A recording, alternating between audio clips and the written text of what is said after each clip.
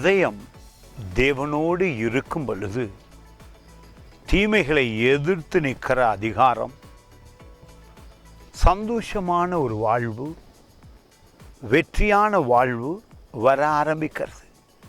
இந்த நாளிலே உங்கள் இருதயம் தேவனோடு முற்று முழுதாக இணைந்து கொள்ள வேண்டும்.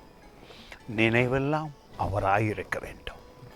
இந்த வசனம் உங்கள் வாழ்க்கையில் வெளிப்பாடு கொண்டு வரும் பொழுது உங்கள் வாழ்வே மாறி அதிசயம் நடக்கும். பாருங்கள், இந்த வார்த்தை 57வது சங்கீதத்தில் 7வது வசனம், என் இருதயம் ஆயத்தமாயிருக்கிறது. தாவீது சொல்லுகிறான், தன்னுடைய இருதயம் ஆயத்தமாயிருக்கிறது. எதற்கு? நன்மை செய்ய. ஆங்கிலத்திலே போட்டிருக்கிறது ஃபிக்ஸ்ட் என்று. காரணம், தாவீது தீங்கோ ஆபத்தோ அழிவோ அவனை தொடாதபடிக்கு எப்பொழுதும் தன் இருதயத்தை தேவனோடு வைத்து உறவாய் இருக்கிறான். ஒரு ஆழமான உறவு இயேசுவோடு இருக்கும் பொழுது இந்த உலகத்தின் தீமைகள் உங்களை ஒன்றும் செய்ய முடியாது. மிக ஆசீர்வாதமாய் இருக்கும் தேவனுடைய வார்த்தை.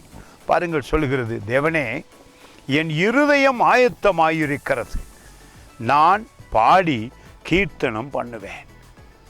தாவீது தேவனுடைய வார்த்தையில், அவரோடு இருக்கிற உறவில் மிக ஆழமாக அடி உள்ளத்தில் வளர ஆரம்பிக்கிறான்.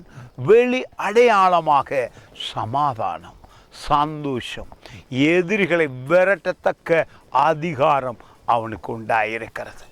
அவன் எல்லா காரியங்களிலும் வெற்றி பெறுகிறான். God bless you.